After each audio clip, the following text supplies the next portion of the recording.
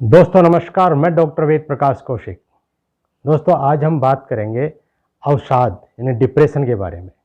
Depression का आयुर्वेदिक उपचार और डिप्रेशन में कौन से योग आसन करने चाहिए जिससे हम डिप्रेशन से बाहर आ सकें, अपना बचाव कर सकें। बने रहें मेरे साथ, देखते रहें पूरा वीडियो।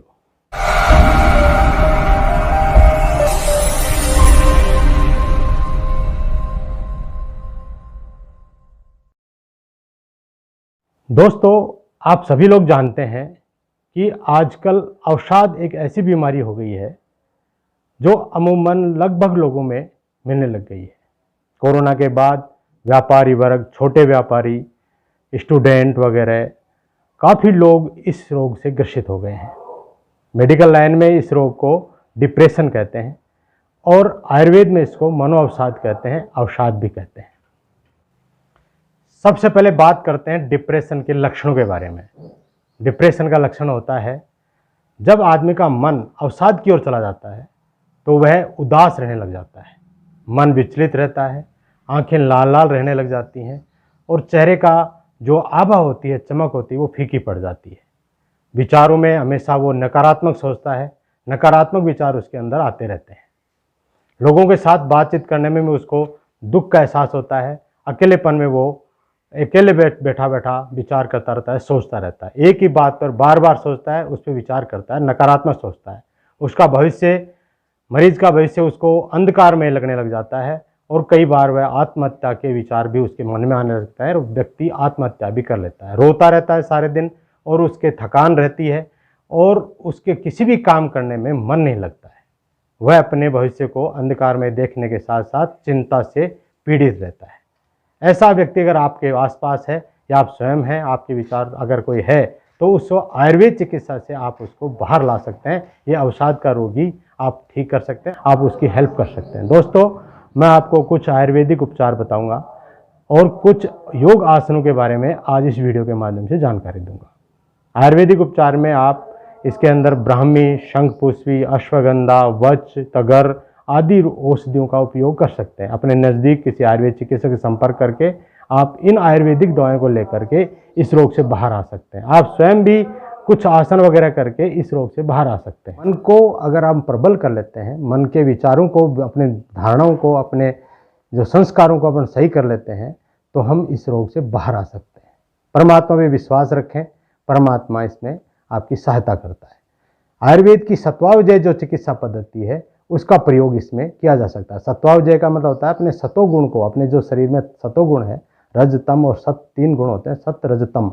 इन तीन गुणों में से जो सतोगुण होता है उसकी वृद्धि करें। पूजा पाठ में विशेष ध्यान रखें, योग व्यायाम करें, प्राणायाम करें। चिकित्सक से, आयुर्वेद चिकित्सक से मिल करके आप इनकी इस रोग की चिकित्सा ले सकते हैं, चिकित्सा करवा सकते हैं। अगर आप रोग से खुद ही निकलना चाहते हैं तो परमात्मा में विश्वास रखते हुए कुछ जो आसन मैं आपको बताने जा रहा हूँ, इन आसनों का नियमित रूप से प्रयोग करें, जिससे मनोबल बढ़ेगा और आप स्वस्थता की ओर आगे बढ़ जाएंगे। इस रोग से आप बाहर निकल जाएंगे। इस रोग से निकलना बहुत ज़रूरी है, नहीं ये धीरे धीरे बहुत ही ज़्यादा गहरी पैठ बना लेता है, गहरी रूप तक, गहरे तक चला जाता है। दोस्तों इसमें मुख्य रूप से आसन बताए हैं, उसमें है पहला शशकासन। शशकासन करते समय वज्रासन में बैठ जाएं, फिर कमर को थोड़ा झुकाते हुए पेट को थाइस पर रखें, हाथ फैला दें, धीरे धीरे वापस अपने स्थान पर आ जाएं। दूसरा आसन है मकरासन। मकरासन बहुत ही सरल और बहुत ही आसान तरीके से किए जाने वाला आसन है। उल्टे लेट जाएं, दोनों पैर चौड़े करें, दोनों कोहने मोड़ के सो जाएं। तीसरा आसन है भुजंगासन। भुजंगासन करते समय सीधे उल्टे लेट जाएं, फिर धीरे धीरे कमर को उठाएं, गर्दन पीछे रखें, दोनों हाथ सामने रखें और जितना ऊपर जा सकते उतने जाएं। भुजंग कहते हैं सांप को, नाग को भुजंग कहते हैं, इसलिए सांप की आकृति जो बन जाए वो भुजंगासन है। यह है सेतुबंध आसन। सेतुबंध आसन, दोनों पैरों को मोड़ लें और दोनों पैरों से हाथों को पकड़ लें और सेतु की तरह, बांध की तरह, जो एक तरह का ब्रिज होता है, ब्रिज की तरह अपने आकृति बना लें। सेतुबंध आसन है। कुछ समय के लिए ये भी नियमित रूप से करना चाहिए। उत्तान पादासन, पैरों को ऊपर उठा लें सीधे लेट करके, पैरों को 60 डिग्री कोण पर रखें। इसे उत्तान पादासन कहते हैं। यह भी बहुत ही इम्पोर्टेंट आसन है। इसके बाद करें अर्ध हलासन। 90 डिग्री कोण पर दोनों पैरों को उठा लें। नज़रें अंगूठे के ऊपर जो नाखून होते हैं उन पर रहें और सीधे लेट कर ये किया जाने वाला आसन बहुत ही सरल और बहुत ही अच्छा आसन है। इसके बाद करें शवासन। शवासन को सभी लोग जानते हैं। मृत शरीर की तरह अपने शरीर को पूरा ढीला छोड़ दें और सीधे लेट करके आंखें बंद करें और ध्यान करें। अब इसके बाद है प्राणायाम अनुलोम विलोम। बाएं और दाएं नासिका से श्वास लेना और धीरे धीरे छोड़ना। एक बार एक से लें, फिर दूसरी बार दूसरे से लें। अंगूठा और एक अंगुली, 2 अंगुलियां काम में आती हैं इसके आसन में। ये है शीतलीकरण। इसमें जीभ को राउंडेड कर लें, गोल कर लें और फिर धीरे धीरे श्वास जोर से अंदर की तरफ खींचते रहें और फिर श्वास को रोक लें और छोड़ दें। इस प्रकार से किया जाने वाला यह आसन आपके शरीर में ठंडक पैदा करता है। इससे भी मानसिकता बहुत ही सुदृढ़ होती है, मनोबल बढ़ता है। ये बार बार करें, कम से कम 5 बार करना चाहिए। इसके बाद करें ब्राह्मणी। ब्राह्मणी में 2 अंगुलियां मिला करके आँखों को बंद कर लें। अंगूठे से दोनों कान बंद कर लें। 2 अंगुलियां ऊपर रखें, 2 अंगुलियां होठ के पास रखें और ओम की भ्रामरी की तरह ओम की आवाज़ निकालें। इससे आपका ब्रेन जो है वो बहुत स्ट्रांग होगा और विचार जो होंगे वो सकारात्मक होते जाएंगे।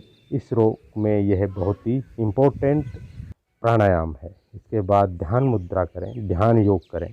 ध्यान मुद्रा में अंगूठे को पास में अंगुली को रखें और बिल्कुल अपने परमात्मा का ध्यान करें, अपने ईश्वर की तरफ देखें। हृदय में अपने आप को विराजमान समझें कि भगवान हृदय में निवास करते हैं।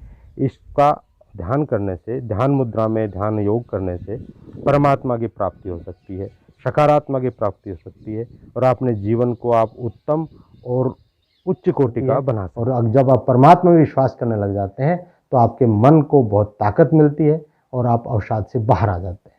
दोस्तों, यह वीडियो आपको कैसा लगा? अगर अच्छा लगा तो कमेंट बॉक्स में लिखें।